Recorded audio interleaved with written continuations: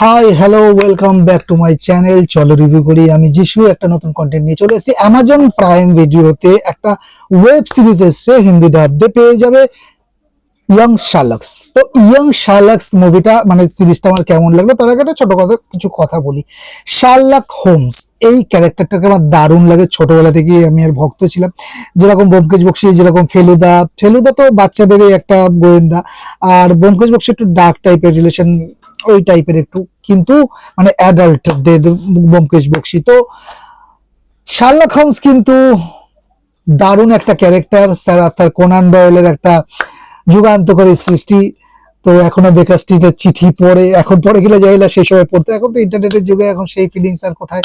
তবে ওই বেকার স্ট্রিটে সেই সময় যখন দ্য লাস্ট হিজ বউ মানে তার শেষ নমস্কার বলে যে একটা গল্প ছিল, সেই গল্পটা দেখার পরে দর্শকরা কিন্তু পাগ লেগেছিল, তারা মানতেই চায়নি যে শার্লক হোমসের মৃত্যু। তো স্যার আর্থার কোনান ডয়েলকে তারপরও আবার এত দর্শকের উন্মাদনার জন্য কিন্তু তাকে আবার ফিরিয়ে আনতে হয় গল্পে, তো সেটা আলাদা পার্ট। তো এখানে কিন্তু তুমি হোমসকে মানে পরিপূর্ণভাবে যে হোমস যে যখন গোয়েন্দা হয়ে উঠেছিল সেই যাত্রাটাকে কিন্তু এখানে দেখানো হয়নি। যখন গোয়েন্দার শুরুয়াত, যখন সে কলেজ পড়ুয়া ছিল, স্কুল পড়ুয়া ছিল, তখনকার ইয়ং শার্লকসের জার্নিকে এখানে দেখানো হচ্ছে, যখন সে গোয়েন্দা হয়ে ওঠেনি। আর পরবর্তীকালে যে মারিয়াটি ক্যারেক্টারকে আমরা গল্পের মধ্যে পাই, সেই মারিয়াটি কিন্তু এখানে স্কুল স্টুডেন্টস, তারই কালিগ বলতে পারো। তো ইয়ং শার্লকস ওয়েব সিরিজটা কেমন লাগলো তারই একটা ওভারঅল রিভিউ দেবো। তো চলো শুরু করা যাক, চলো রিভিউ করি। বিখ্যাত পরিচালক গাই রিচি আবারও শার্লক হোমসের জগতে ফিরিয়ে এনেছেন আমাদের। তবে এবার তিনি আমাদের নিয়ে গেছেন, যেটা বললাম, গোয়েন্দার একেবারে গোড়ার দিনগুলোতে, যখন সে ইয়ং ছিল। গল্পটি 1870-র দশকের, যখন 19 বছর বয়সী তরুণ শার্লক হোমস অক্সফোর্ড ইউনিভার্সিটিতে একজন সাধারণ পোর্টার হিসেবে কাজ করছেন। সেখানে একটা রহস্যময় খুনের ঘটনায় সে জড়িয়ে পড়ে এবং নিজেকে নির্দোষ প্রমাণ করতে গিয়ে শুরু হয় তার প্রথম বড় তদন্ত। এই সিরিজে আমরা দেখতে পাই কিভাবে জেমস মারিয়ার্টি আর জন ওয়াটসনের সাথে তার প্রথম দেখা হয়েছিল।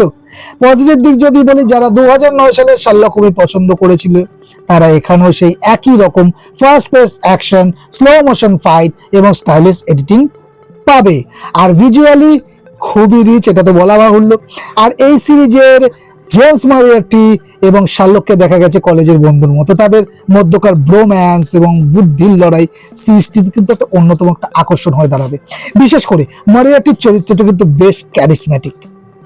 আচ্ছা, কলিন কার্প, জোসেফ ফিন্স এবং নাতাশা ম্যাকএলহনের মতো হেভিওয়েট অভিনেতারা সিরিজটিকে একটা আলাদাই মাত্রায় নিয়ে গেছে। হিরো ফিন স্টিফেনের লুকও শার্লক হিসেবে বেশ মানানসই লেগেছে আমার। এটা শুধু বোরিং ইনভেস্টিগেশন নয়, বরং টিন বা ইন্ডিয়ানা জোন স্টাইলের একটা অ্যাডভেঞ্চার্স জার্নি বলবো। এবার আসি কিছু নেগেটিভ পয়েন্ট। দেখো, এখানে শার্লককে যতটা না বুদ্ধিমান গোয়েন্দা মনে হয়েছে, তার চেয়ে বেশি অ্যাকশন হিরো মনে হয়েছে। বেনেডিক্ট কাম্বারব্যাচ বা রবার্ট ডাউনি জুনিয়রের শার্লকের সেই ক্ষুরধার ডিডাকশন এখানে কিন্তু কিছুটা কম। আর স্যার আর্থার কোনান ডয়েলের মূল গল্পের চেয়ে এই সিরিজটি অনেক বেশি ফিকশনাল।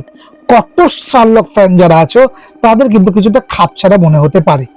আচ্ছা, মানে এই সিরিজটা 8 পর্বের, ঠিক আছে। এই 8 পর্বের সিরিজটিতে মাঝে মধ্যে কিছু দৃশ্য কিন্তু একটু যেন স্ট্রেস মনে হয়েছে। একই রহস্য পুরোনো সিজন পার করাটা কারো কারো কাছে কিন্তু একটু একঘেয়ে লাগতে পারে। দেখো, আমি ফাইনাল বাড়ি যদি ইয়ং শার্লককে দেখি, ইয়ং শার্লক একটা পিরিয়ড ড্রামা হলো, মেকিং স্টাইল খুব মডার্ন আর এনার্জেটিক। তুমি যদি ঐতিহাসিক লন্ডন আর অক্সফোর্ডের রহস্যের সাথে গাই রিচি সোয়াগ পছন্দ করো, তবে এটা তোমার মাস্ট ওয়াচ লিস্টে কিন্তু থাকতে হবে। তবে খুব গভীর কোনো গোয়েন্দা গল্প আশা করো না, কারণ এটা ইয়ং শার্লকসের মানে ওয়েব সিরিজটার নামই তাই।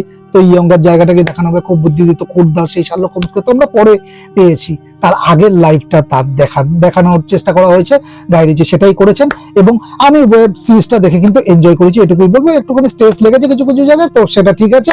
8টা এপিসোডের জায়গায় এটা যদি 7টা এপিসোডে করা হতো, তাহলে মানে সেই স্ট্রেস জায়গাগুলোকে মনে আমরা পার করতে পারতাম। এই ছিল আমার ইয়ং শার্লকস ওয়েব সিরিজটাকে নিয়ে অল ওভার রিভিউ। যারা দেখে ফেলছো তারা তোমাদের আমাকে কমেন্টের মাধ্যমে জানাতে পারো কেমন লাগলো তোমাদের। আর যারা দেখোনি, আমরা বলবো শার্লক হোমসের ফাইনাল হলে তো অবশ্যই দেখো, আর যারা শার্লক হোমস চেনো না জানো না তারাও দেখতে পারো। তো এই ভিডিওটা যদি ভালো লাগে একটা লাইক শেয়ার করে দিও তোমার কাছে।